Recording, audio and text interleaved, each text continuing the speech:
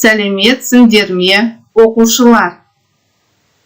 Бүгінгі сабағымыздың тақырыбы табиғатты қорғайық. Сабағымызда сен қашан сұрағына жауап беруді, не істейді сұрағына сөйлем құрауды үйренесің. Сабағымыздың жаңа сөздерімен танысайық. Қоқыс, жинау, сенбілік, сындырма. Мұқият тыңдаймыз. Қоқыс, жинау, сенбілік, сындырма. Бірінші тапсырма. Тыңда, сұраққа жауап бер. Көктем. Көзің аш бұлақтың, сарқырап су ақсын. Қарасын күлімдеп, көктегі шуақты күн. Сұрақ. Көктем айларын білесің бе? Я, әрине, көктем айлары. Наурыз, сәуір, мамыр. Екінші тапсырма. Оқылым. Оқиық және жауап берейік. Мынау аула. Аулада ағаштар, гүлдер бар. Бүгін сенбілік. Оқушылар мектепке келді. Балалар ауланы тазалады. Қоқыс, жапырақ жинады. Гүлдерге су құйды. Аула таза болды.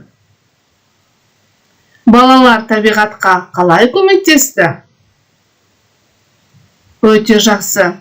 Олар қоқыс, жапырақтарды жинады. Және гүлдерге су құйды.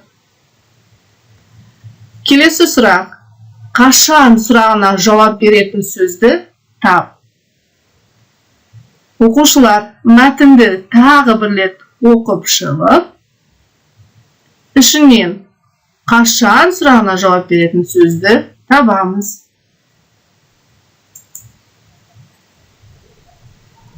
Я, әрине, қашан сенбілік болды? Бүгін сенбілік болды. Үшінші тапсырма. Суретке қара. Бірнеше сөйлем құрап айт. Сұрақ. Ол не істеді? Оқушылар суретке мұқият қараймыз. Және олар не істеді? Не істеп жатыр деген сұрақтарға жауап берейік. Мысалы, Алмас жер қазды.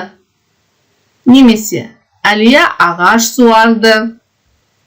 Жазық далаға ағаштар отырғызды. Келесі кезекте грамматика. Болымсыз етістік. Болымсыз етістік қимыл іс-әрекеттің болмауын білдіретін етістік. Маме, бабе, папе жинақтары арқылы жасалады. Мысалы, барма, келме, жазба, үзбе, ашпа, кетпе. Үй жұмысы.